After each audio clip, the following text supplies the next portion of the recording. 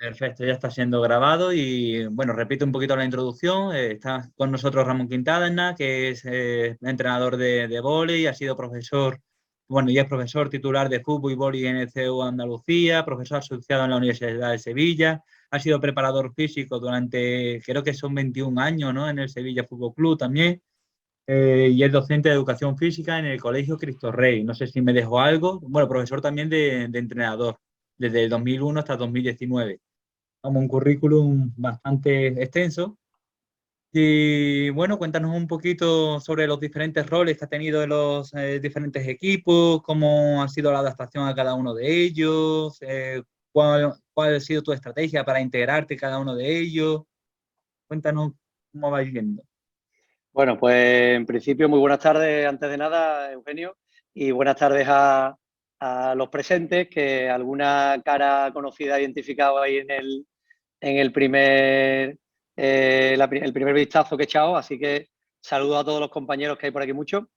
Y nada, pues prácticamente tú lo has definido todo muy bien, ¿vale? Pero añadirte un poquito y contarte y sobre todo cómo ha evolucionado todo, ¿vale? Desde que aparecisteis los psicólogos en los grandes clubes ya hace muchos años, porque en mi club en el Sevilla fuisteis pioneros de la mano del equipo de trabajo de Miguel Morilla, José Ignacio, Juan Magamito, Miguel Ángel Gómez, Enrique Arroyo, después llegaste tú, Santi Rivera, Mercedes Valiente, no sé si me dejo alguno más, Pilar también estuvo por ahí, pero yo llegué al Sevilla en el que en los escalafones inferiores no había psicólogo aún, solo estaban en los primeros equipos y en algunos de los equipos superiores, en juveniles, había ya un trabajo en equipo.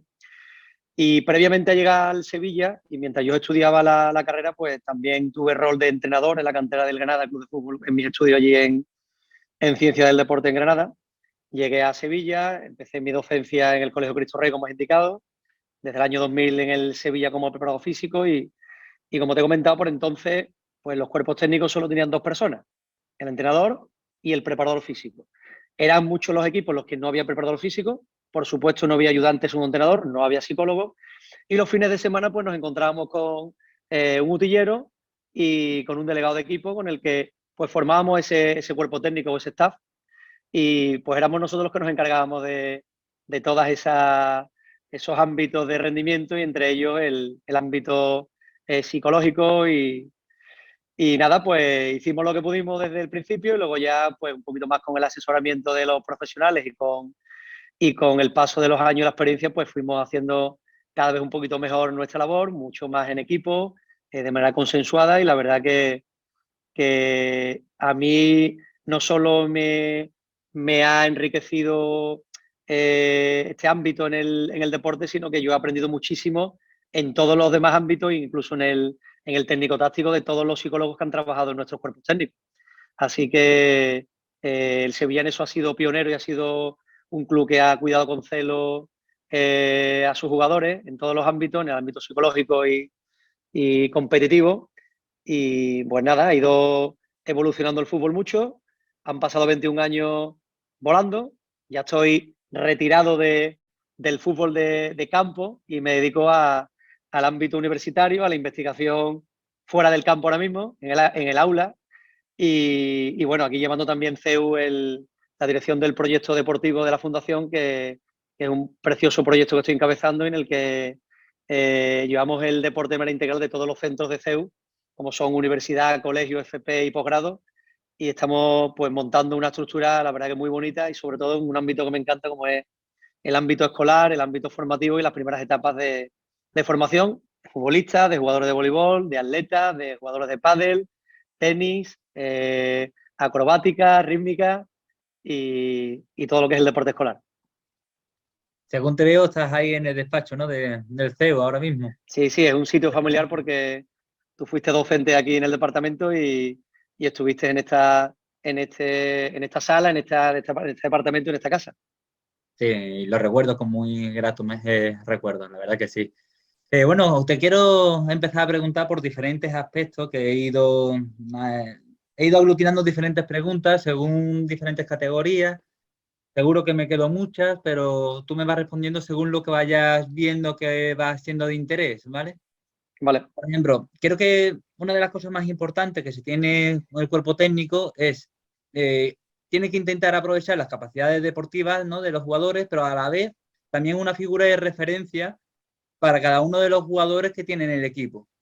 Todo eso genera mucha responsabilidad, ¿no?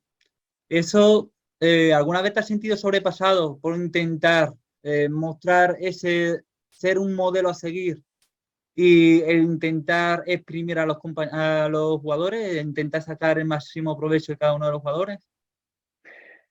A ver, nuestra labor como miembros de un cuerpo técnico, y en este caso que somos el ayudante del primer entrenador o del director del cuerpo técnico, es una labor mucho más grata en las relaciones humanas.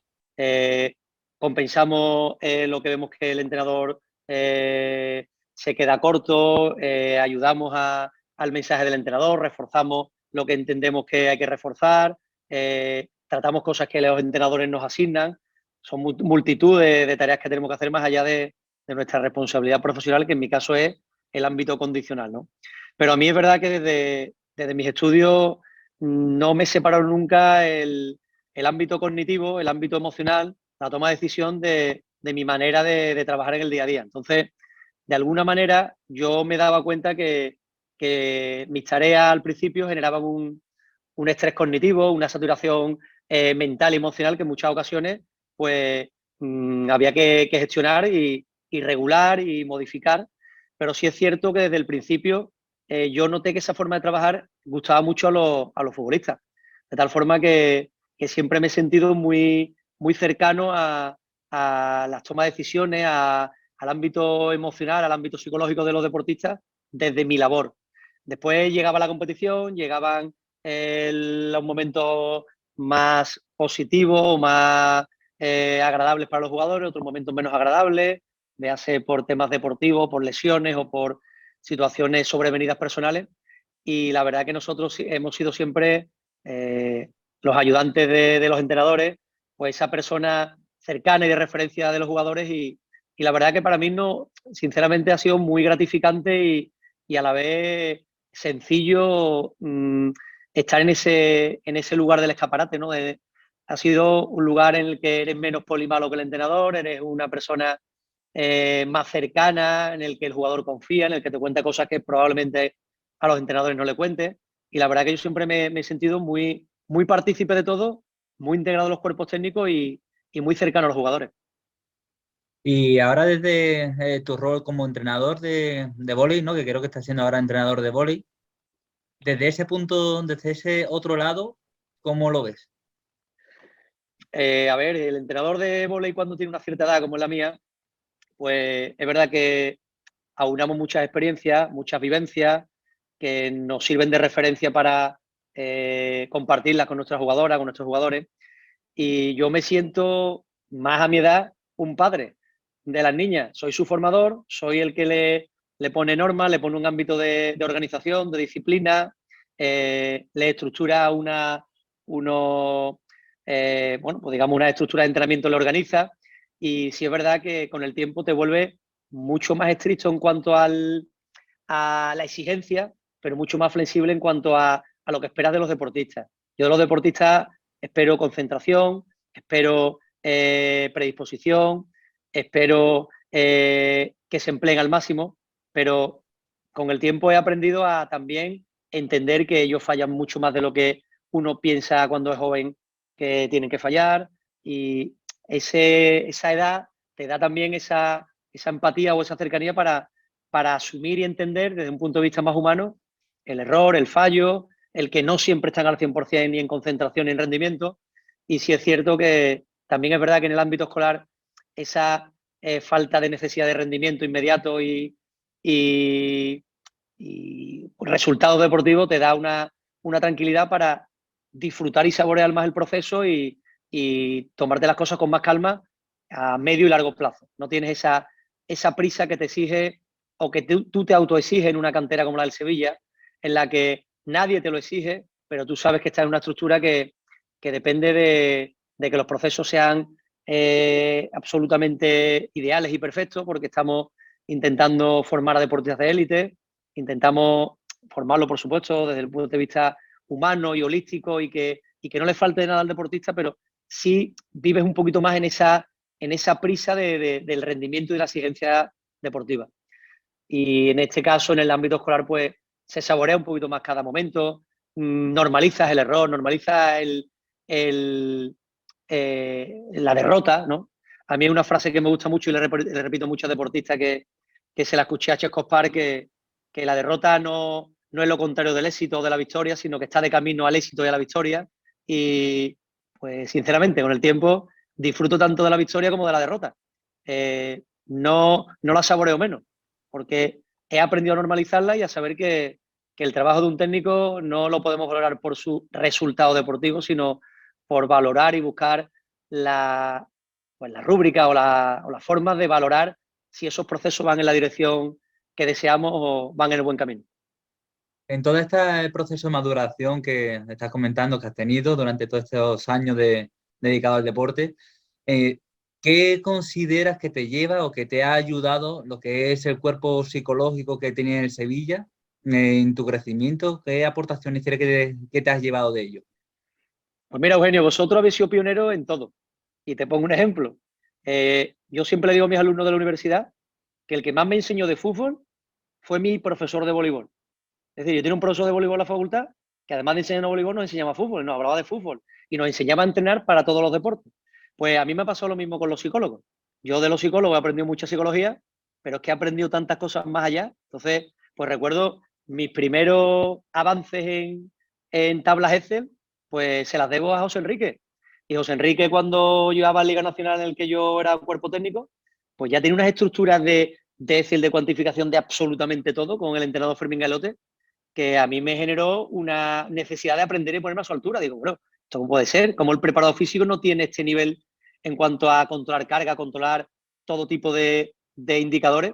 Y a mí los psicólogos pues, me han enseñado ciencia, me han enseñado tecnología, me han enseñado a tratar a las personas, me han enseñado a tener un autocontrol, me han enseñado a tener una actitud postural correcta, me han enseñado a ser menos vehemente, me han enseñado a corregir en verde y no centrarme tanto en el error, sino en lo que hacen bien los deportistas. Y en ese sentido, pues, aunque yo tengo mi psicólogo de cabecera, que es Enrique Arroyo, que lo utilizo para todo en la vida, es íntimo amigo mío, pero Enrique Arroyo es mi coaching, mi psicólogo personal. Sí, él me ayuda en todo en la vida, además de preparar, que hemos preparado muchísimas competiciones y muchísimos partidos y muchísimos campeonatos, pues lo tengo, gracias a Dios, en mi círculo de amistades y pues lo mismo que he dicho antes, o Miguel Ángel Gómez, o Juan Magamito, o Miguel Morilla, son personas a las que recurre cuando tiene ciertas dudas sobre muchos aspectos, mucho más allá de vuestro ámbito. Entonces, para mí la psicología hay que desmitificar aquello de que domináis porque sois expertos en vuestro ámbito, o en mi caso aquí en la universidad, Omar, o me he dejado por detrás a Rocío Borque, que también es una persona de la que aprendió mucho. Entonces aquí tengo a Omar y cada vez que se me enciende la bombilla y tengo dudas, pues descuelgo el teléfono y siempre estáis ahí para resolver situaciones. Me encanta todo esto que estás comentando. Una de las labores más importantes que creo que tiene que hacer un entrenador o el cuerpo técnico en general es gestionar un equipo. También hay por tipos de personalidades, hay gente más afines, menos afines, gente que se queda un poquito más separada. ¿Caes en alguna persona que considere que ha sido más difícil integrarlo dentro del equipo, dentro de la dinámica del equipo y que crees que podría haberlo integrado de una forma diferente, ahora viéndolo de una manera más retrospectiva? A ver, lo bueno que tiene las distintas direcciones de equipo en las que un preparador físico como yo, como otros compañeros del Sevilla, van evolucionando, caminando a lo largo de su carrera deportiva, es que cada año el Sevilla, por su forma de dirigir la cantera, pues te tocaba un entrenador diferente. Entonces yo siempre decía que éramos unos afortunados porque cada año aprendes de alguien absolutamente diferente. Entonces, tú si vas con una mentalidad abierta de aprender, pues yo aprendí un año de José Miguel Luque, el año siguiente aprendí de Fermín Galote, el año siguiente de Ramón Tejada, el año siguiente de Juan Carlos Osorno, el año siguiente de Leiva, de Pulido, de Ocaña, de Luis García, de Juan Velasco, de Mario García, de Francisco López Alfaro. Entonces, cada uno de ellos te aporta cosas que no tienen el otro, pero si yo tuviera que destacar, es que no existe ni siquiera cuál sería el camino correcto. porque todos ellos son expertos en la materia técnico-táctica, todos ellos saben de fútbol, pues una barbaridad, te llevan a caminos que ni te planteas, pero sobre todo, lo que más destacaría yo es que cada uno llega con una forma diferente de ser el líder del grupo. Entonces, a mí, por ejemplo, había una cosa que a mí era muy, muy diferente a como yo era, que es uno de los entrenadores con los que más conecté en su momento, que es Ramón Tejada. Pues a mí Ramón Tejada me sorprendía la forma tan seria en la que él dirigía los entrenamientos. Y sin embargo era cercano, cariñoso, educado, humano con los deportistas lo adoraban. Sin embargo, yo desde fuera alucinaba y me quedaba realmente sorprendido de cómo se puede ser tan serio y tan estricto con un grupo y que el grupo entre en la dinámica tuya, te respete tanto, te quiere tanto, cuando hay otros ejemplos de personas que son más cercanas, más entre comillas, divertidas o con otro estilo directivo. Entonces, yo destacaría eso, que cada uno tiene una forma de ser, hay que ser uno mismo y todos los caminos mientras tú tengas autoridad sobre el grupo, y para mí la autoridad no te la da el que sea autoritarista, ¿no? Autoritario, la autoridad te la da tus conocimientos, lo que hace es evolucionar el grupo, lo que hace es evolucionar a cada uno de los integrantes del grupo. Y en ese sentido, pues he tratado siempre de aprender pues, de muchas formas diferentes a las que yo trato a las personas. Y hoy en día lo que soy yo es la suma de cada uno de esas aportaciones que me han hecho los diferentes a mí. Otra de las cosas que suele ser que más nervioso suele poner al cuerpo técnico cuando hay un enfrentamiento dentro del propio grupo, ¿no? Cuando hay dos líderes o que no se llevan bien, empieza a crear discrepancia, empieza a crear un entorno de competición un tanto negativo para el equipo. ¿Alguna vez te ha ocurrido eso en algún equipo? A ver, ahora mismo a bote pronto no recuerdo ningún caso así especialmente espinoso, pero sí es cierto que cada entrenador tiene una manera de ejercer el liderazgo y de cederle el liderazgo del grupo a un capitán, a una persona de referencia, ¿no? Delegar en él determinados aspectos. Y en ese sentido, pues lo mismo, yo he tenido siempre unos criterios a lo mejor, una idea preconcebida de quién debería ser el líder o quién debería ser el capitán del grupo, y a lo mejor los entrenadores te demostraban que tenía que ser otro y tú a lo mejor pues tenías que ponerte en el otro lugar. Entonces, sí es verdad que la memoria es muy emocional y no recuerdo situaciones desagradables en ese sentido. Todo lo contrario, recuerdo situaciones agradables y situaciones de consenso y situaciones en las que dos o tres líderes que son diferentes han sabido llevar al grupo sin centrarse mucho en sus egos, sino pensando en el grupo. Y no recuerdo de verdad, y lo digo sinceramente, no por no mojarme, porque yo me mojo lo que haya que mojarse, ¿eh? No recuerdo situaciones especialmente concretas y conflictivas al respecto. Vale, vale, me alegro de que no hayas sufrido esa circunstancia. Otra de las cosas, esto ya sí supongo que te habrá ocurrido, es la queja con el tiempo, ¿no? De juego. Eso es muy común escuchar a jugadores diciendo de que yo no hago menos que lo otro, que lo entrego todo en el entrenamiento, que porque él juega más que yo, ¿no?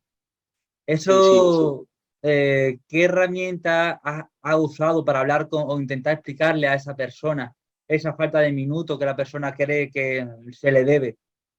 ¿O cómo lo ha intentado dirigir esa situación? A mí me gusta, y ya de por sí deslizo otro nombre que es fuente de inspiración para mí, ¿vale? El entrenador de Carolina Marín, la campeona del mundo y olímpica de bádminton, Fernando Riva, que es íntimo amigo mío, compañero de carrera y, bueno, era uno de mis compañeros de grupos de trabajo a la hora de hacer las tareas y los deberes y los trabajos de la facultad. Fernando me enseñó un concepto ya hace muchos años, cuando él investigaba antes de convertirse en lo que se convirtió luego en el mejor entrenador del mundo de bádminton. Él siempre hablaba de un concepto que era el control de lo controlable. Entonces, lo que yo entendía que se refiere a Fernando era pues anticiparte a todos los problemas que pueden surgir en un grupo humano, en un deportista, y tratarlos antes de que pasen. Entonces, a mí me ha ido siempre muy bien, pues todos esos aspectos, antes de que sucedan, hacérselo ver al deportista cómo lo vamos a resolver.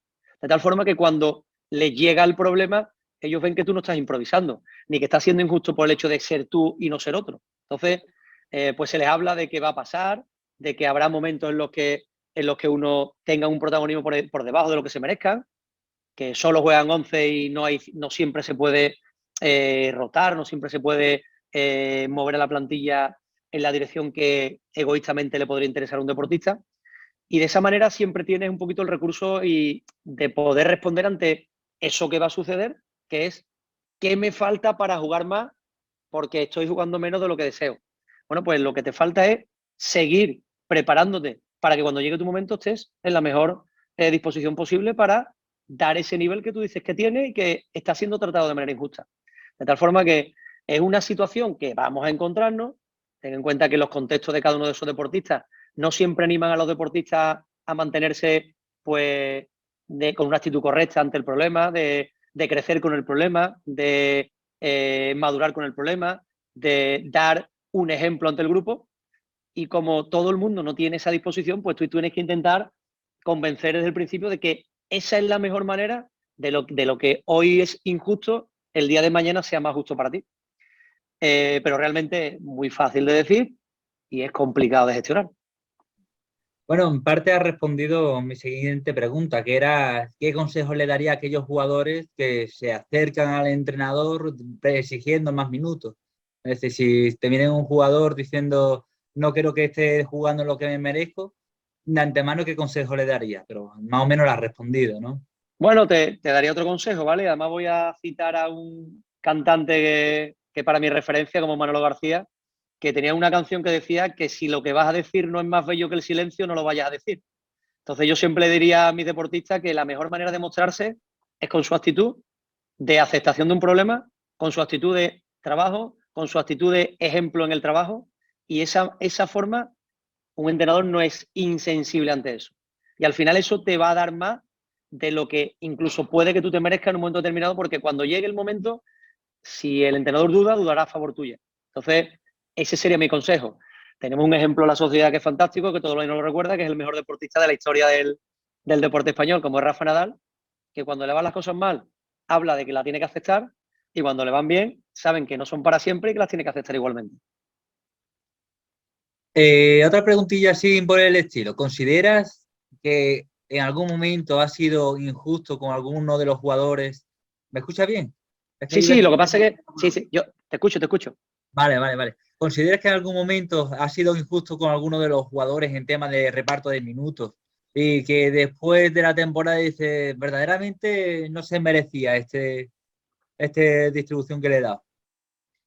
Yo creo que si pecamos de algo las personas que llevamos grupos humanos, a pesar de que antiguamente nos vendían que hay que ser muy duro, que hay que ser muy distante, que no hay que ser cercano, etcétera. Yo creo que si pecamos de algo hoy en día los técnicos que venimos de facultades del deporte, que venimos de cursos de entrenadores formados ya por profesionales muy cualificados, es todo lo contrario, de ser más generoso de lo que nos corresponde en ocasiones. De hecho, es muchas veces de errores que pecamos, que hay veces que rotamos cuando no hay que rotar, somos más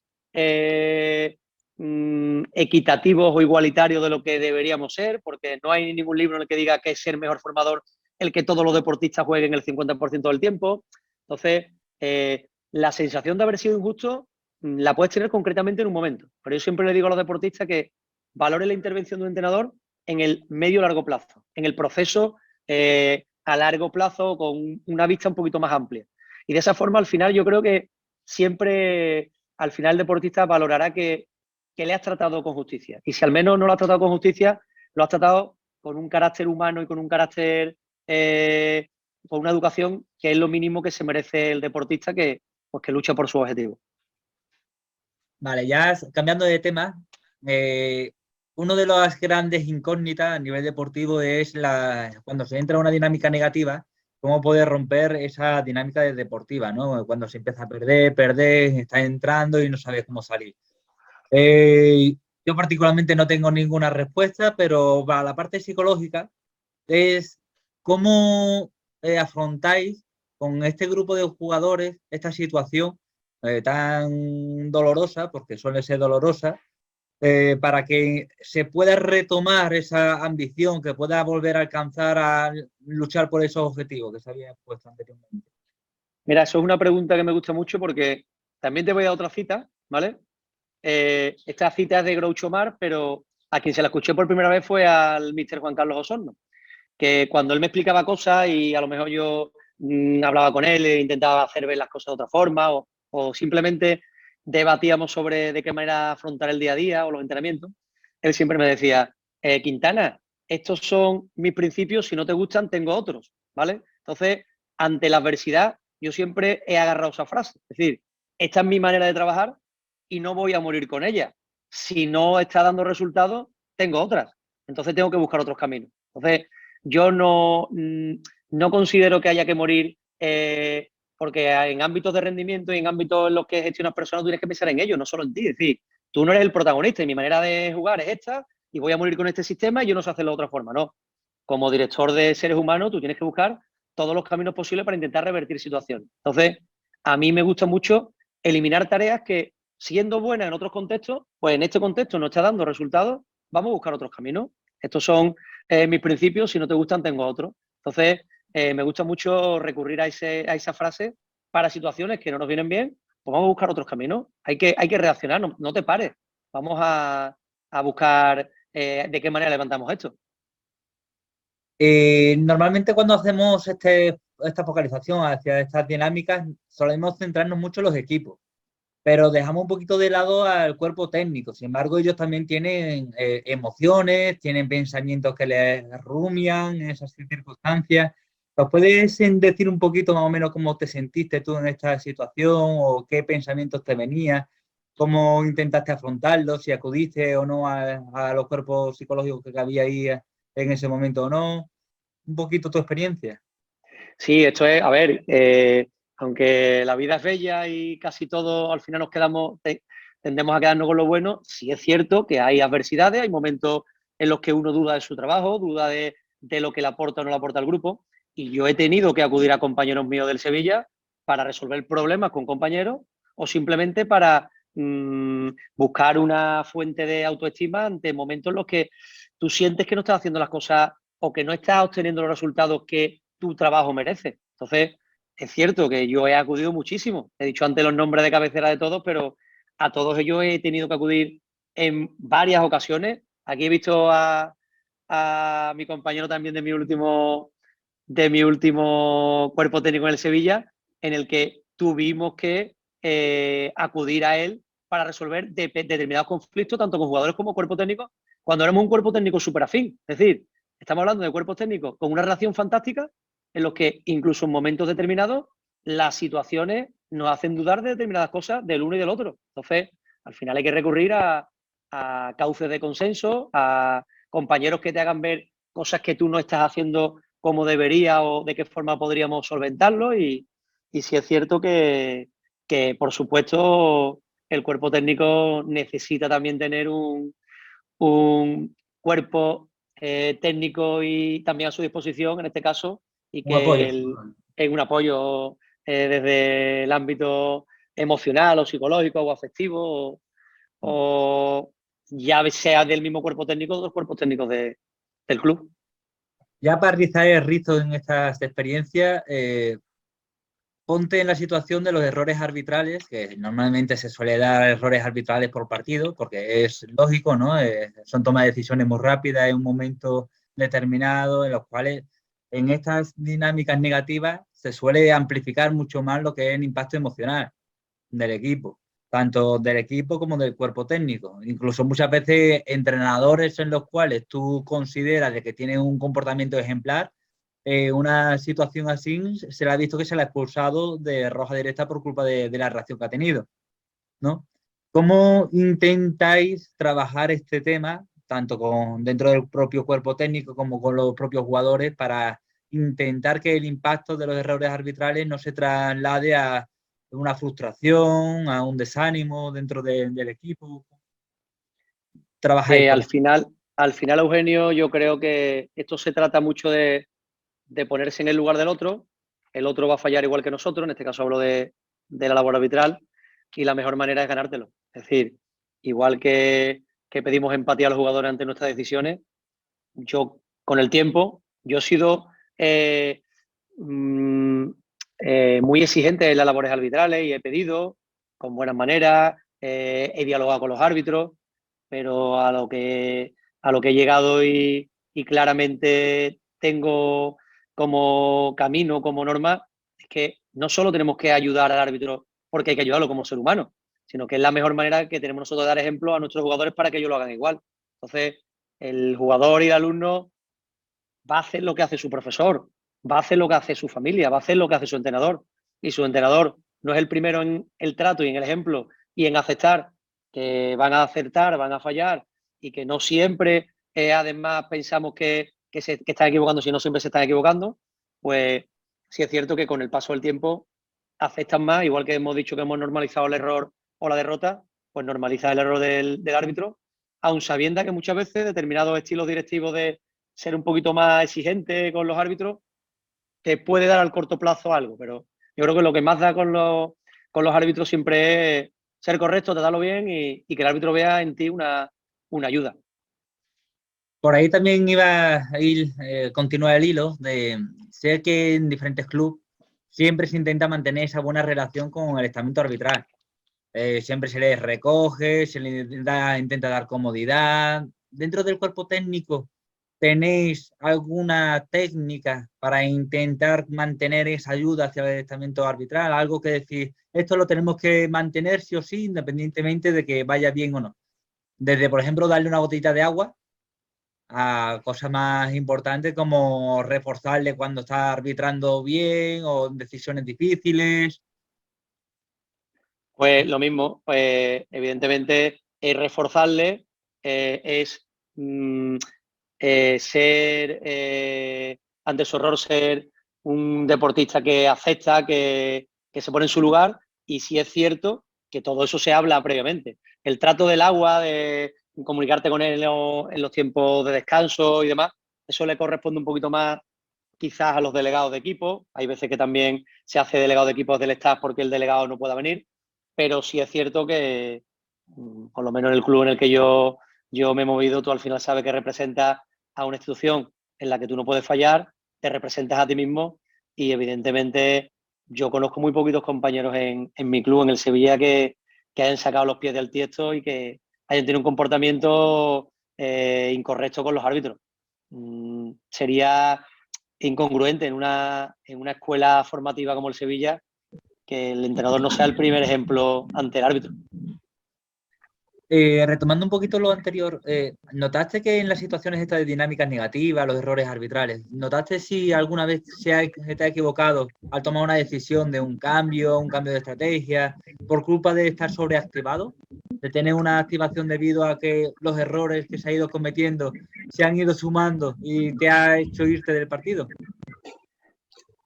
Más que por los errores ajenos, en muchos casos por la situación competitiva. Es decir, pues aquello de cuenta hasta 3 ante la adversidad, cuando salen las cosas mal, pues vamos a cambiarlas, no nos metamos en el tsunami. Entonces, sí es cierto que errores hay muchos y que muchas veces la mayoría de errores... Creo que se te ha perdido un poquito el audio. Pero yo siempre he pensado que no hacer algo también es hacer algo. Entonces, yo pienso que hay que pararse, tener la capacidad de tener frialdad ante las decisiones. Hay veces que hay que ser temperamental y tomar decisiones en caliente, no en frío. Entonces, en ese caso, por supuesto, sobre todo si haces una buena... ¿Me escucha, Eugenio, que te he perdido? Sí, te escucho. Ah, vale, que te he perdido, vale, te he perdido Vale, te pongo en altavoz. Te he perdido del AirPod. ¿Me escuchas? Sí, te escucho. Espera, voy a poner. Pues como te comentaba, voy a poner audio externo. Ahora me escucharás mejor. Como te comentaba, errores que cometemos muchísimo y sobre todo, yo siempre, es otra frase también que utiliza mucho la sociedad que no me gusta nada, que es aquello de que a veces se gana y a veces se aprende como atribuyéndole a la derrota la única manera de aprender, ¿no? Entonces, en un club como el Sevilla, en el que casi nunca pierde, ¿qué pasa? Solo hay 2 o 3 momentos en toda la temporada para aprender, el resto de momentos no se aprende. Entonces yo aprendí que hay que ser especialmente autocrítico con uno mismo cuando la victoria no te deja ver todos tus errores. Entonces yo afronto siempre esas situaciones competitivas pues siendo muy autocrítico y analizando todas las cosas que pasan, que suceden y en las que nos equivocamos, que son muchas. Y con el bagaje y con el tiempo, pues aprende a ser un poquito más frío, pensarte las cosas 2 veces antes de decidirlas, ante la adversidad, pues mostrar calma, que tu lenguaje corporal no transmita lo que los críos en ese momento están recibiendo, que es un palo, porque te han metido un gol, porque te han ganado una liga, porque se nos ha escapado la clasificación y todavía queda tiempo, vamos a levantarnos y todo parte de la frialdad en la toma de decisiones y la máxima inteligencia en el proceso. Vale, ya vamos a cambiar de tema, ¿vale? Si te parece, ahora tratando de... Voy a ponerte en contexto. Uno de los grandes problemas que considero que suele ocurrirle a los grandes deportistas o a los deportistas que aspiran en una situación competitiva es el control emocional. Tanto a nivel pre, durante y post competición hay un pico, un salto emocional en los cuales se tiene que gestionar, si no puede derivarse en lo que se denomina la ansiedad precompetitiva, ¿no?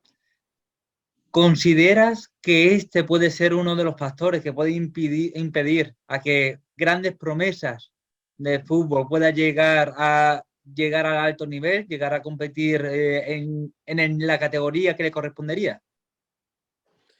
A ver, el control emocional no se escapa a ninguna categoría, pero concretamente en los últimos años que yo he estado en el Sevilla, que eran infantiles, ni chicos de 12 y 13 años, sí es verdad que yo notaba mucho que ese control emocional en situaciones competitivas adversas y límites, como era que vas a perder el partido y te quedan pocos minutos, sí es verdad que toda la experiencia de extraer la información de lo que está pasando a mí me ha llevado a dialogar mucho con los entrenadores para en momentos determinados que vas perdiendo, tienes una falta a favor en el borde del área y tu jugador que suele tirar en situaciones normales esa acción, tú detectas que tiene una sobreexcitación y una ansiedad que la está manifestando en cada una de sus acciones en los últimos minutos. Entonces, como buenos observadores, tú estás viendo eso y ese no es el momento para sacar sus virtudes o sus talentos. Muchas veces pensamos, no, confía en el chico, da igual lo que pasa. Y yo soy partidario de que la mejor manera de ayudarle es precisamente no apartarlo del problema, sino darle esa situación a personas que tengan un autocontrol emocional adecuado para esa situación, para que se dé cuenta de que de nada sirve llegar ansioso, sobrecitado, paso de revoluciones, que el balón termine en el córner o que un córner termine sin levantarse, que eso lo he visto yo así. Entonces, como pasa por pues el exceso de responsabilidad, el que te está doliendo muchísimo la situación, no son capaces de sacar sus virtudes y la mejor manera de ayudarles es pues, hacerle ver que eso no lleva a ninguna parte, que hay que controlar las emociones y que todo pasa pues por calmarse, por aceptar lo que está pasando y ya está. Y si se pierde, ya está. Ha terminado el partido y toca felicitar al rival, toca felicitar al contrario, toca felicitar al árbitro, pasamos página, aprender de lo que está sucediendo y vamos por la siguiente. Porque al final, si algo yo creo que adolecen estos jugadores que están llamados a ser profesionales del futuro, es que tienen muy poquitas adversidades. Porque todo el mundo le dice que es muy guapo, que es muy bueno, que la propia actividad le refuerza, que gana yo no sé cuánto a cero, que en la liga de 30 partidos gana 27 y al final solo hay 3 días que tiene adversidad y esos 3 días encima ni las gestionas bien. Con lo cual es muy importante, pues hay veces que yo he hecho en falta, aquí te hablo desde la otra parte, en la sencilla, ¿no? La que eres el acompañante del entrenador y lo ves desde el punto de vista docente como yo, formativo. Pues ¿por qué no metemos en más problemas al equipo? ¿Por qué no les cambiamos más de posición? ¿Por qué no cambiamos más los sistemas? ¿Por qué no al de la izquierda lo ponemos a la derecha? ¿Por qué no al delantero lo ponemos al centro campo? Y en vez de ganar 5-0, llevas el partido a una situación más igualada en la que estarás experimentando y vivenciando situaciones y emociones que no está acostumbrado a confrontar, con lo cual, pues aprendizaje para el saco. Con lo cual, creo que sería una forma más correcta de educar en situaciones que va a necesitar afrontar en el futuro. Sin embargo, pues se llevan 5 o 6 años compitiendo muy poco, más allá de las ligas promises y de los 4 momentitos en los que un penalti te hace que no te vean en la tele, o si te hacen que te vean en la tele y todo el mundo dice, oh, qué bueno este chico, todo el mundo habla de ti, y la realidad es que en el resto del año has tenido situación emocional de tirar un penalti en el que te ve todo el mundo por la tele una vez o dos. Entonces, igual que hemos dicho que hay que normalizar la derrota, yo normalizaría el meter al equipo en situaciones emocionalmente adversas. ¿Considera de que esta habilidad, supongo que con lo que estás diciendo va en este sentido, pero considera que esta habilidad no se suele entrenar mucho en los jugadores? ¿O más bien lo que hay una selección de aquellos jugadores que tienen esa habilidad desde pequeño y va progresando poquito a poco debido a que ya la tiene entrenado de por sí? A ver, se trabaja y ya te digo, que si algo ha cambiado en el deporte español es que hay muy buenos técnicos, hay muy buenos profesores de educación física en los colegios, hay muy buenos profesores de educación física en los institutos, hay muy buenos profesores e investigadores en las facultades del deporte y se trabaja bien. Yo te pongo un ejemplo de un profe que también aquí nos marcó mucho, un profesor de baloncesto de Inés de Granada, que nos explicaba cómo afrontar situaciones emocionales para darle un poquito más, porque esto no es cuestión de te pongo a tirar un penalti y los compañeros te gritan, que es lo máximo de estrés que puede tener un jugador para preparar el penalti de la Liga Pro Mí o del Campeonato de España o de el intrascendente Campeonato Mundialito de yo no sé qué. Resulta que él decía, pues a mí no me ponga nervioso para una situación porque eso no es reproducir la competición. Entonces él decía, pues que estaba haciendo una situación de juego, tú metías canasta y la canasta no valía hasta que después te fuera el tiro libre y metieras el tiro libre. De tal forma que te genera un compromiso con el equipo, de tal forma que acabamos de meter la canasta, sí, son 2 puntos para el equipo, pero espérate, que no suban al marcador, que te toca tirar el tiro libre. Ya tiras el tiro libre y lo mete, abrió la canasta. No lo mete, no ha valido. Venga, saca al otro equipo, seguimos jugando. En fútbol, yo no he visto a los entrenadores meter un gol en entrenamiento, llevarte al jugador al punto de penalti y decir, si metes el penalti, el gol vale, si no, no. Pero además, el penalti no lo puede tocar ni adivinar el portero. Si te adivina el lado, no vale. O simplemente aunque lo toque. Pues eso ya te genera un estrés adicional que sí es verdad que hay técnicos que saben jugar con ese tipo a ver si me sale la palabra, de estrategias, ¿vale? Pero otros no, ¿vale? Otros la responsabilidad, el estrés y demás lo generan de otra forma. Y para mí no hay forma más buena que generar la responsabilidad, el estrés o alterar las emociones que el propio proceso. Y sacando ya del foco a los deportistas dentro del cuerpo técnico, esta ansiedad precompetitiva por partidos importantes, partidos que puede marcar el devenir de la temporada, ¿cómo lo habéis gestionado? ¿Lo habéis sentido? ¿Al menos habéis sido conscientes de esa activación? A ver, yo en ese sentido he pasado de un extremo al otro, están todos los polos, ¿vale? Hay veces que te quedas corto y te das cuenta al final he estimulado menos de la cuenta. Hay veces que te pasa y te das cuenta me he pasado. Entonces, el estímulo óptimo de activación de un cuerpo técnico para transmitir eso a un deportista y transmitir esa seguridad es súper complicado. Lo que sí es cierto que en los últimos días esto es como estudiarse el examen. Si el examen está bien estudiado, tú no le tienes que dar el mensaje a los deportistas que un poquito más el viernes, un poquito más el sábado y ahora encima te pongo este vídeo motivacional para salir con la activación necesaria. Al final el mensaje que le estás dando es que con lo que tenemos no nos basta, te tengo que dar un poquito más. Con lo cual no estás creyendo en tu trabajo ni el trabajo que han hecho los jugadores. Entonces, sí es cierto que si algo después de 26 años o 25 llevando equipo que tengo claro es que es muy complicado.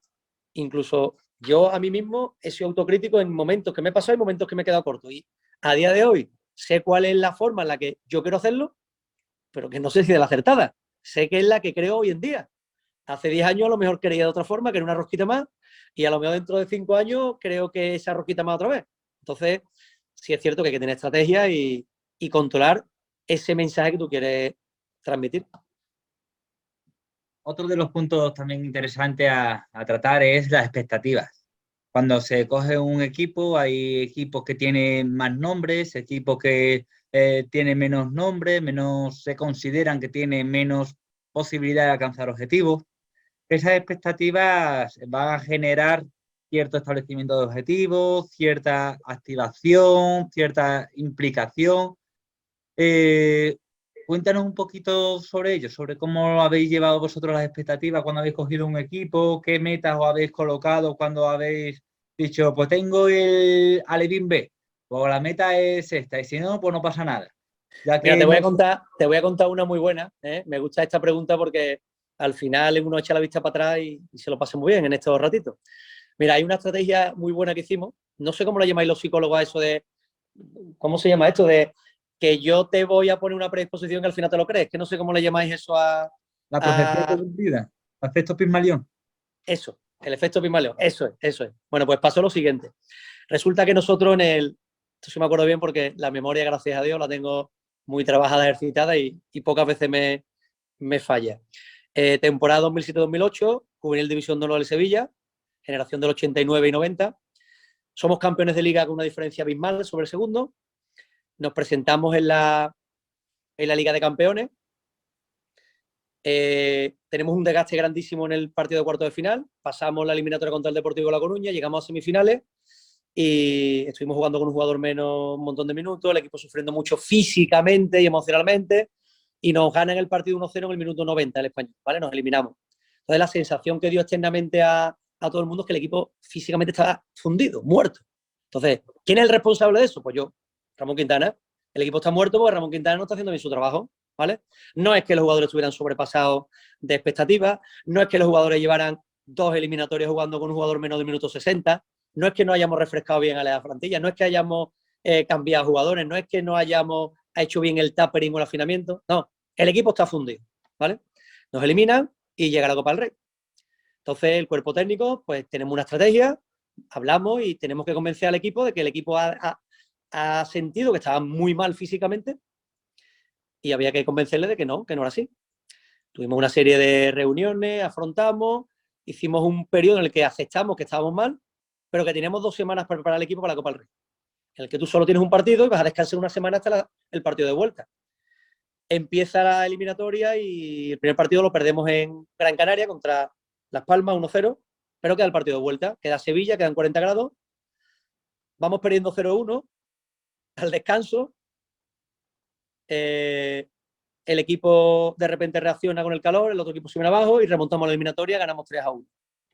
Automáticamente le cambia el chip al equipo, empezamos a pasar eliminatoria, llegamos a la final y nos cargamos al Barça de Thiago Alcántara. Y somos campeones de la Copa del Rey, que llevaba el Sevilla 14 años sin ser. Entonces, de repente conseguimos un logro que nadie se esperaba, que nadie pensábamos que estábamos preparados. Nosotros sí creemos en él y nos convertimos en el mejor equipo. Y encima el club hacía tantos años que no era campeón de España que tuvo mucha repercusión. Pues resulta que al año siguiente, casi sin descanso, nosotros acabamos un 27 o 28 de junio de la temporada, nos toca arrancar la siguiente pretemporada el día 25 de julio. Y la estrategia que tuvimos con el grupo que venía, que era totalmente diferente, o sea, algunos jugadores que repetían, es que le quisimos convencer al equipo que era mucho mejor que el que había sido campeón de España. Pero que nosotros no lo teníamos claro, ni conocíamos al equipo tan profundamente. Pero el mensaje de puertas para adentro que decidimos Ramón Tejada, Enrique Arroyo y Ramón Quintana es: el equipo es mejor que el del año pasado. A ver cómo demonios vamos a convencer a esta gente que pueden llegar tan lejos y le decimos que en este equipo está Cala, en este equipo está Bernardo, en este equipo está Rodri, en este equipo está Morales, en este equipo está Dani Jiménez o Juan Martín, en este equipo están una serie de jugadores que han llegado a la élite y estos jugadores pues hay que convencerlos. Bueno, pues desde el primer día es que jugáis mucho mejor que el equipo del año pasado, es que os desgastáis menos, es que físicamente sois más rápidos, es que el equipo empieza a creerse sus expectativas y empieza a arrasar igual que el otro equipo. Hace mejor temporada que el otro equipo y somos campeones de España. Y no fuimos campeones de España por esto. Esto fue un plus que, como habrían 1000 cosas que haríamos muy bien, pero sí afrontamos eso de las expectativas diciéndole: a este equipo hay que convencerle que juegan mejor al fútbol. No podemos decirle que es mejor, porque para ser mejor tienes que ganar la liga por 30 puntos que había ganado el otro equipo. Y la ganamos por 4, por 5. Pero sí le convencimos de que jugaban mejor, de que se desgastaban menos, de que eran más vistosos, de que era un equipo más atractivo de ver. Y al final, pues llegaron a buen puerto y conseguimos un objetivo tan complicado como pasa una vez de cada X años, 2 años consecutivos. Me queda un montón de preguntas y solo queda 5 minutos, por lo que voy a hacer una última pregunta y voy a dejar un pequeño espacio por si quieren preguntar a alguno de los que están aquí, ¿vale? La última pregunta sería, ¿cómo han logrado conciliar durante todo este tiempo la exigencia que tiene el alto rendimiento con la familia? Pues, a ver, cuando uno empieza a tener familia y tiene varias obligaciones laborales, como se suele tener cuando se está en el mundo del deporte, pues llega un momento en el que el desgaste hay que controlarlo, el dónde estás y dónde no estás hay que controlarlo, el tiempo que tienes que dedicarle a seguir formándote y reciclándote hay que controlarlo. y es realmente complejo. Entonces, la manera de conciliarlo es que cada vez tienes que tener más importancia tu familia y que tienes que asumir que eso implica renunciar a un tiempo que antes sí tenía de libre disposición para ser el mejor profesional que podía ser. Sí es cierto que con el tiempo aprendes a optimizarlo todo mejor y con menos tiempo tienes más rendimiento. Yo el ejemplo que siempre pongo es que yo en primero de carrera estudiaba mucho más que en quinto y sin embargo en quinto sé que es más sobresaliente en matriculado uno que en primero. Aprendes a optimizar que con menos tiempo le saca más rendimiento. Los años de experiencia te dan eso. No necesitas dejar tu vida en el empeño para rendir o para liderar un grupo de deportistas, pero sí es cierto que siempre tienes sensación de ahora estoy apretando menos que antes.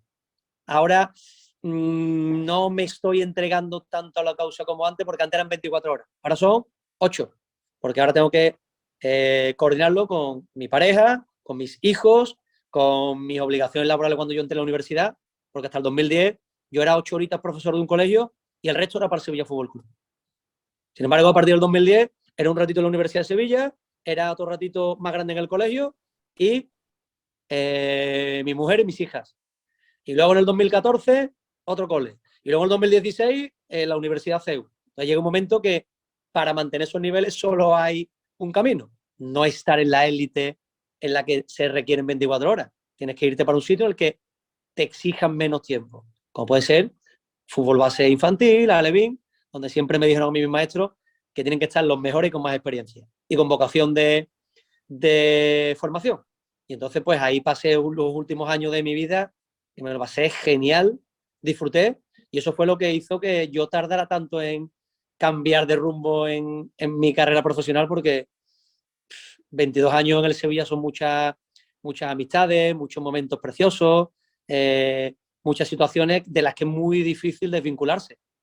Lo conseguí, pedí una excedencia con muy buena fe por parte del club y en eso estamos. Ahora mismo estamos en la carrera investigadora y intentando buscar hueco a ver si somos capaces de doctorarnos, de sacar nuestra tesis, porque eso sí que requiere muchísimo tiempo y estamos en ello. Pues sí, la verdad es que la tesis requiere más de lo que uno puede aportar, ¿verdad? Bueno, pues voy a abrir un turno de preguntas. Muchísimas gracias por la intervención, ha sido muy, muy interesante y voy a permitir que en lo que han estado aquí de oyentes que estés a disposición suya para responder algunas preguntitas que ellos quieran. Si hay, claro está. Perfecto, por aquí seguimos. Vale, ¿hay alguna pregunta por ahí? ¿Alguien quiere levantar la mano, escribir por el chat?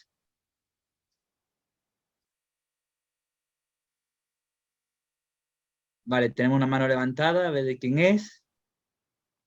Vale, José Carlos. Ah, José Carlos lo había visto yo antes por ahí. Ay, José Carlos.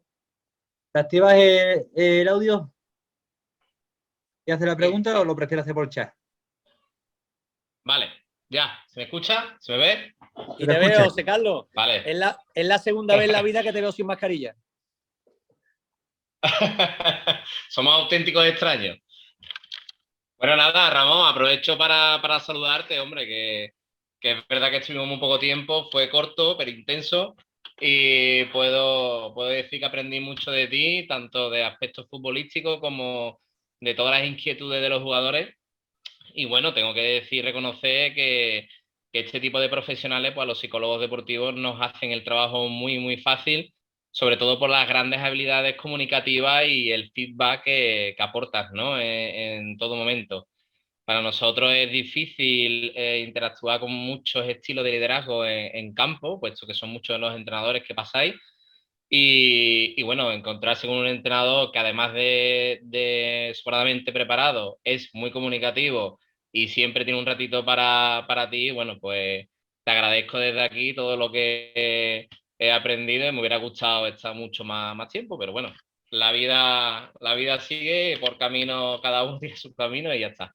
Pero bueno, nuevamente agradecerte todas tus clases, ¿no? Magistrales basadas en tu gran experiencia. Creo que siempre has tenido una gran capacidad de motivar a los jugadores. He visto cómo sabías darle en el clavo, sabías transmitir información basada en experiencias previas de jugadores que han pasado por la cantera, en las que ellos se identificaban tanto. y creo que es una buena herramienta y bueno, sabías llegar muy bien a los jugadores. Te digo siempre aprendiendo y no te lo digo para regalarte el oído porque el detalle del penalti me gusta mucho, ¿vale? He estado trabajando los penaltis para la ProMi, metiéndole estrés de competición con evaluación y ha dado muy buenos resultados. Pero mira, esa me la apunto, la tengo aquí apuntada y la pondré en práctica y me ha gustado mucho, la verdad. Para que veas que siempre sé sacarlo. Yo tengo una preguntita para ti, Ramón, que me parece bastante interesante, teniendo en cuenta que has tocado varias disciplinas, ¿no? Como el voleibol y a diferentes niveles de competición. Teniendo en cuenta la autoexigencia del Sevilla, ¿no? La idiosincrasia que tenéis los entrenadores de este club, que sois altamente competitivos, ¿no? Que lo lleváis, es un gen que lleváis dentro. Te voy a llevar a los principios, ¿no? De cuando, porque lógicamente los habrás aprendido con el tiempo, pero en el principio, ¿cómo gestionabas tú esa autoexigencia, separarla entre un deporte y otro como podía ser el voleibol con menos cargas competitivas, ¿no? Entiéndeme. ¿Y qué herramientas usabas? ¿Usabas autodiálogo, autoinstrucciones, técnicas de autocontrol? ¿Te has visto en alguna situación también sobrepasada?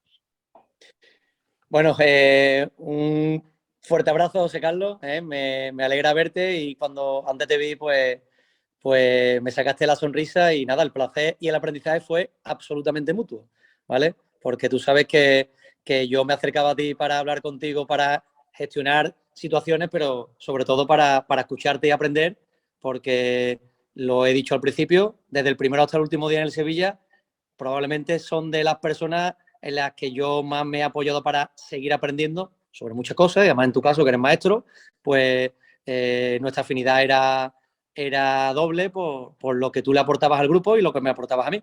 Así que decirlo también, porque he dicho muchos nombres y no he dicho el tuyo, José Carlos, porque te estaba metiendo en el paquete también de José Enrique Sánchez, ¿vale?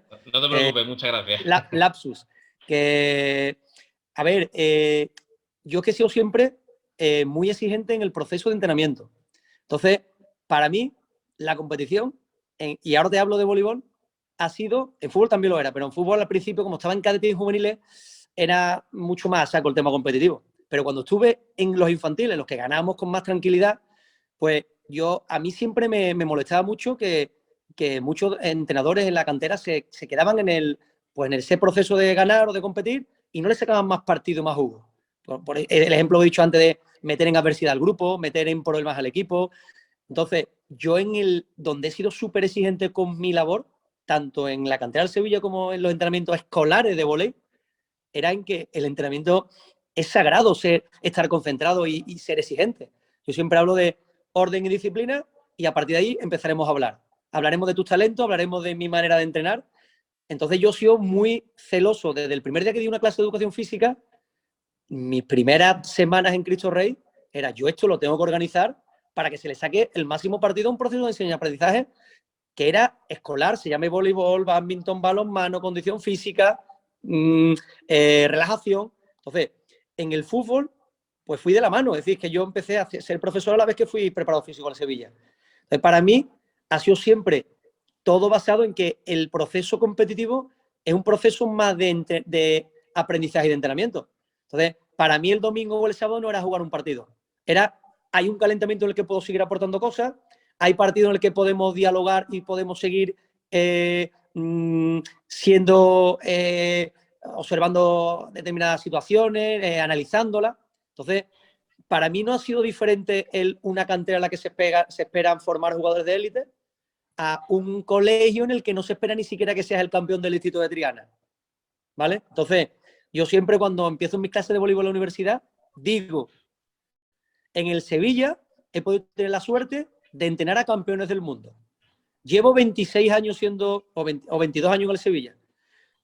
Tengo 46, me quedan 19 o 20 años para jubilarme.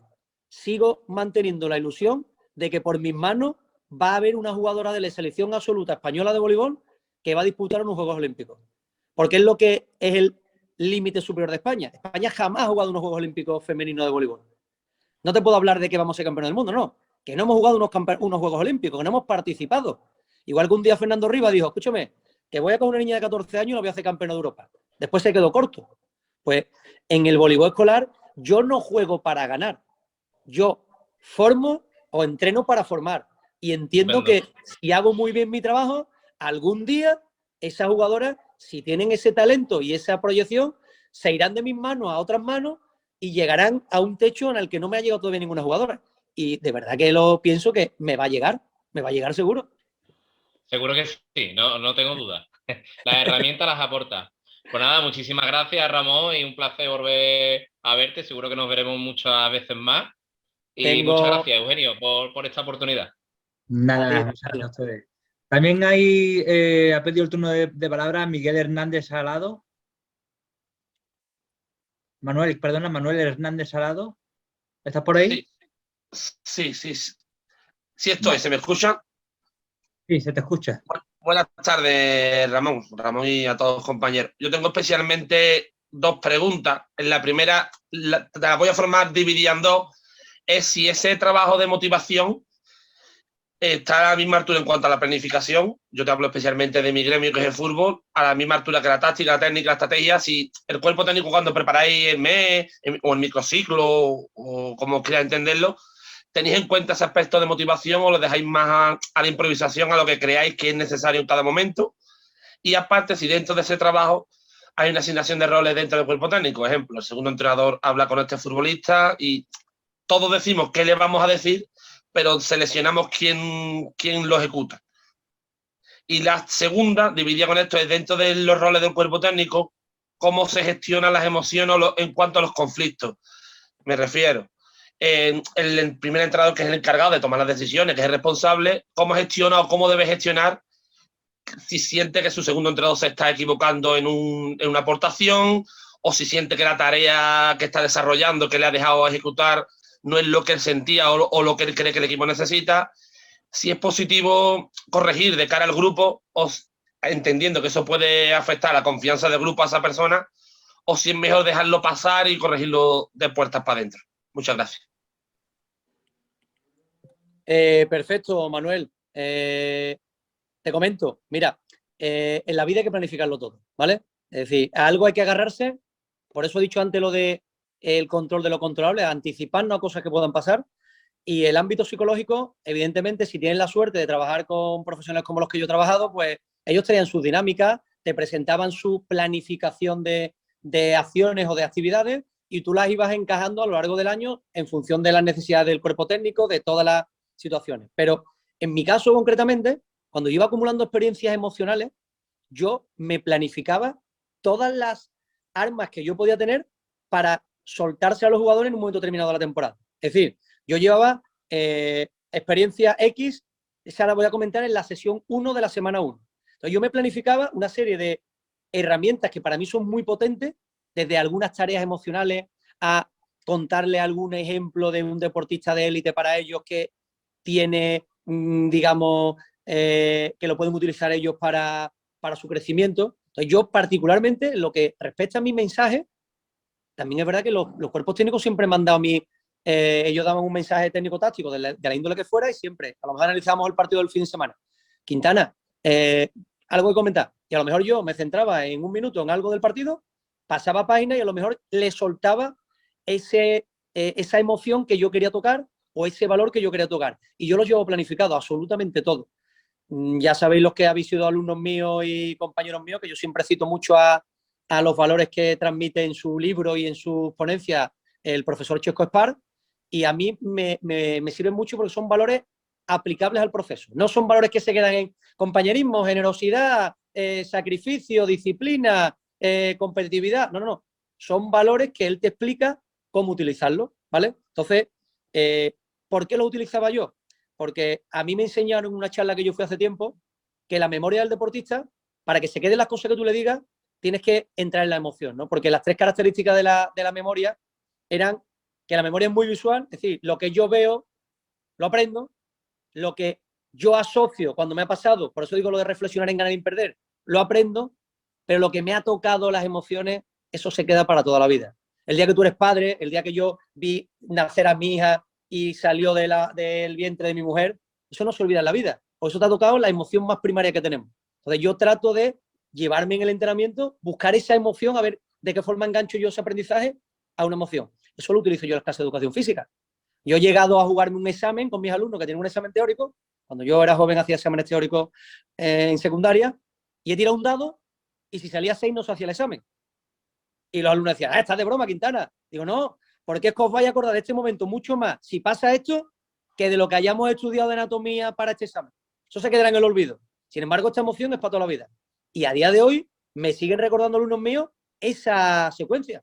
Pues en el entrenamiento igual. Yo me la he jugado a buscar fastidiar a los jugadores con procesos emocionales en el entrenamiento y eso, por supuesto, está planificado, Manuel. Nosotros lo planificábamos. También es cierto... Dime. No, te estaba escuchando, perdona. Sí. También es cierto que es complicado, porque lo que nos urge y lo que es urgente es que el equipo, ya no digo gane, sino que juegue como nosotros queremos que juegue y que el jugador progrese como nosotros queremos que progrese.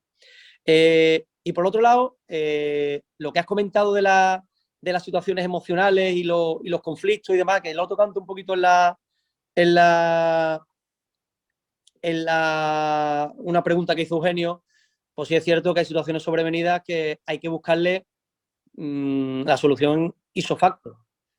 Pero todo lo que seamos capaces de haber vivenciado, aunque sea anticipándonos, o una práctica imaginada, imaginando lo que puede pasar, creo que ayuda a ponerse en ese conflicto un poquito antes de que suceda, y hay veces que incluso se evitan esos conflictos, ¿no? Pero sí es cierto que el día a día y más de determinados contextos, pues es complejo, es complicado, y yo no he tenido nunca la receta. Yo he dicho que mi receta ha sido intentar anticiparme, control de lo controlable de todo lo que yo estime que puede pasar. Lo ideal sería que eso también estuviera dentro de una planificación técnico-táctica, es decir, que lo técnico-táctico no llegue el día que me dé el chispazo y en el minuto 80 el equipo no está bien y diga, venga, ahora cambiamos al sistema 1-3-5-2. Mire usted ha trabajado el 1-3-5-2, ¿te ha anticipado que esto puede pasar? Ya vamos mal. Pues si hay veces que no nos sale ni en un posicionamiento de un sistema o en un desarrollo del sistema, pues imagínate en la gestión de los conflictos.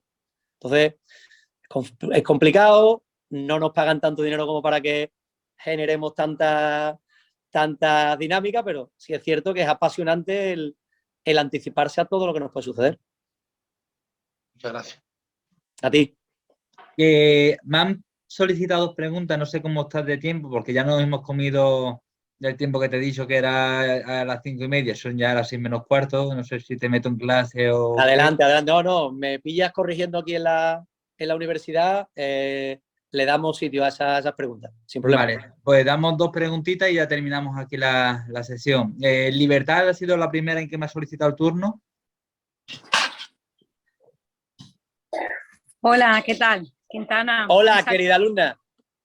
Muchas gracias por un saludo, mister.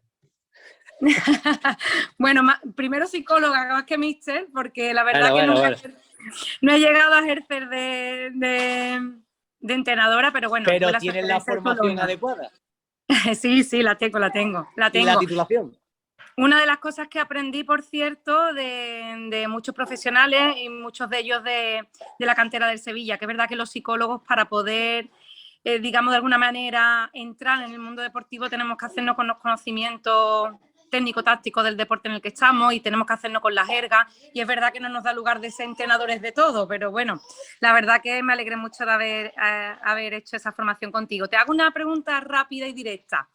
¿Cuál es para ti el factor psicológico más importante dentro de un cuerpo técnico? Y si me puedes poner un ejemplo de cómo lo entrenarías dentro de un cuerpo técnico. Mira. A ver, elegir un factor psicológico, ¿te refieres como cualidad que tiene que tener el entrenador o el cuerpo técnico? Me refiero al factor psicológico que desde tu experiencia es más difícil de gestionar. Por ejemplo, la motivación. Aquí tengo a mi conciliación laboral. Sí. Me refiero a algún factor como, por ejemplo, puede ser la atención o la concentración o el liderazgo o la motivación. ¿Cuál es a nivel de cuerpo técnico para ti el más complicado o el que requiere más, digamos, que pongamos más carne en el asador desde el punto de vista del cuerpo técnico? A ver, independientemente, gracias por tu pregunta, Liber, independientemente de que existirían, pues, de manera ponderada muchos factores. Para mí, lo he comentado antes, porque soy muy no sé si iba a decir la palabra obsesivo o amigo del día a día, del proceso, del trabajo. Para mí la concentración, porque el fútbol es un deporte en el que yo, por lo que veo, sobre todo con las estructuras que entrenan mucho, que existen muchas dinámicas que yo le digo que van en punto muerto, es decir, que no se le exige gran concentración a los deportistas para buscar la activación adecuada para, digamos, sacarle partido a la tarea o a la dinámica. Entonces, sí es cierto que yo siempre os contaba en las clases que yo tuve la suerte que yo era un libro en blanco porque yo no tenía muchas experiencias como jugador de mis entrenadores, los que para mí tuviera yo ya ideas preconcebidas. Entonces, a mí, en Granada y Líneas de Granada, el factor diferencial que me enseñaron mis profesores fue que hiciera lo que hiciera, tenía que tener una carga de toma de decisión importante en la tarea. Y tomar decisión no es que tengo 3 posibles respuestas en función de lo que aparezca, sino un poquito más allá complejo. Entonces, esa toma de decisión no es correcta, sino una concentración. Y es el primer choque que yo me encontré en el Sevilla. Cuando yo llegué al Sevilla con unas ideas preconcebidas, yo me llevé un palo de realidad porque los jugadores no estaban acostumbrados a pensar. Eran absolutamente máquinas y robots que lo ejecutaban todo a una velocidad increíble y que le pegaban al balón con una violencia que decía yo, Dios, ¿cómo le pegan? ¿Cómo corren? ¿Cuánto fallan? ¿Por qué? Porque las decisiones eran siempre erróneas, eran muy complejas. Es decir, tengo tanto talento, tanta calidad, que me meto siempre en situaciones muy complejas, la más difícil, y fallaba. Entonces, yo intenté asociar por qué sucede y a la conclusión que llegué es que los jugadores no entrenaban concentrados. Los jugadores no tenían la disciplina de tomar decisiones. Era todo muy mecanicista. Era yo te digo, tú haces esto y tú lo reproduces.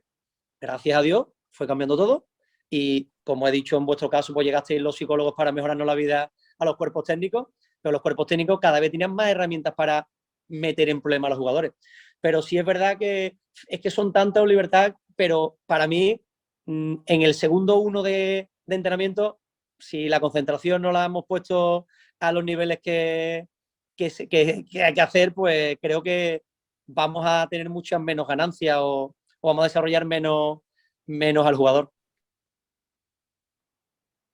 Creo que Libertad se acaba de caer, pero creo que le ha quedado claro Bueno, tu mensaje. Espero que no se haya caído, que se haya desconectado. Sí, de la conexión. Bueno, la última persona que me ha solicitado hacer una pregunta es Enrique Cañero. Sí. Hola, buenas tardes. Yo quisiera hacer dos pequeñas preguntitas. Una, mira, matizando, Ramón, la cuestión de lograr una buena gestión emocional por parte de los jugadores, del equipo técnico, de las jugadoras. ¿Dónde se integra en la planificación anual? Hablo de equipos base, equipos más humildes, no allá del Sevilla o de otros clubes que tienen unos recursos mayores, ¿no? De cómo integrar eso que se llama psicoeducación y cómo hacerla a lo largo de una temporada, por una parte. Porque, claro, la gestión emocional requiere un aprendizaje, un recorrido experimental que habrá que hacerlo en algún ámbito. ¿Dónde se puede integrar esto? Y por otra parte, si tú ves, la segunda pregunta, si tú ves diferencias entre los cuerpos técnicos de voleibol y de fútbol. Si hay diferencias en cuanto a la forma de actuar, de exigir, de pensar, y si son hombres o mujeres, ¿hay diferencias? Bueno, por ahí va todo. Esa de hombres y mujeres se me ha ocurrido ahora y te la doy también como una posibilidad en la segunda pregunta. Gracias, Ramón.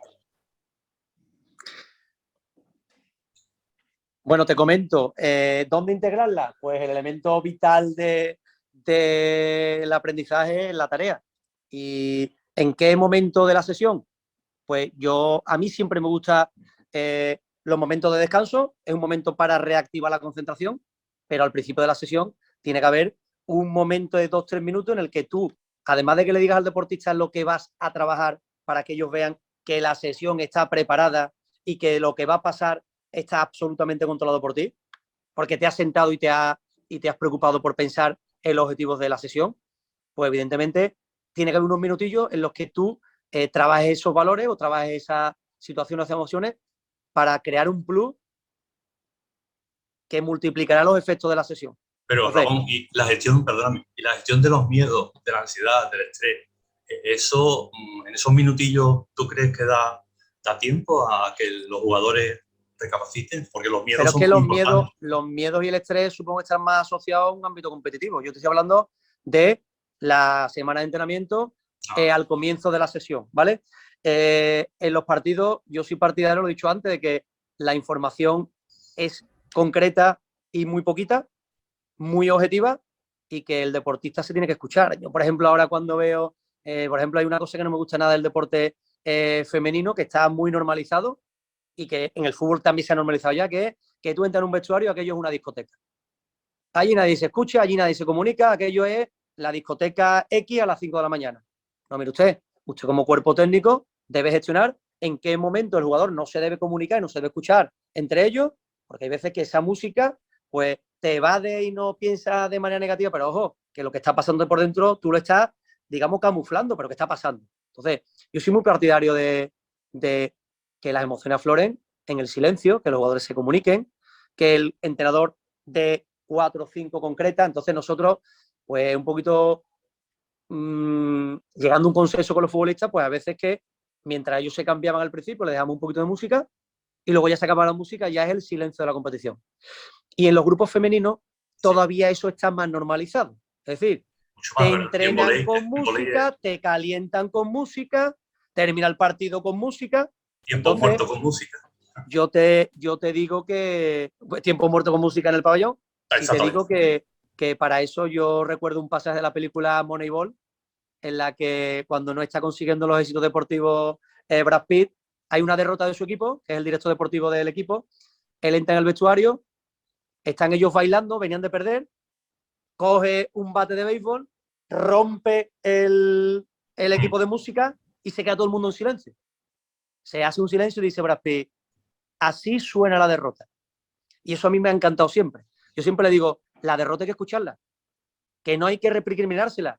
El jugador tiene que reflexionar y por eso hay dinámicas después muy interesantes. Nosotros en el Sevilla los 2 últimos años, de la mano de Lucy, cuando fue director de metodología, nosotros le pasamos un cuestionario a los jugadores en el que hacían una valoración objetiva de muchísimos elementos del juego. Y eso daba igual que ganaras que perdieras.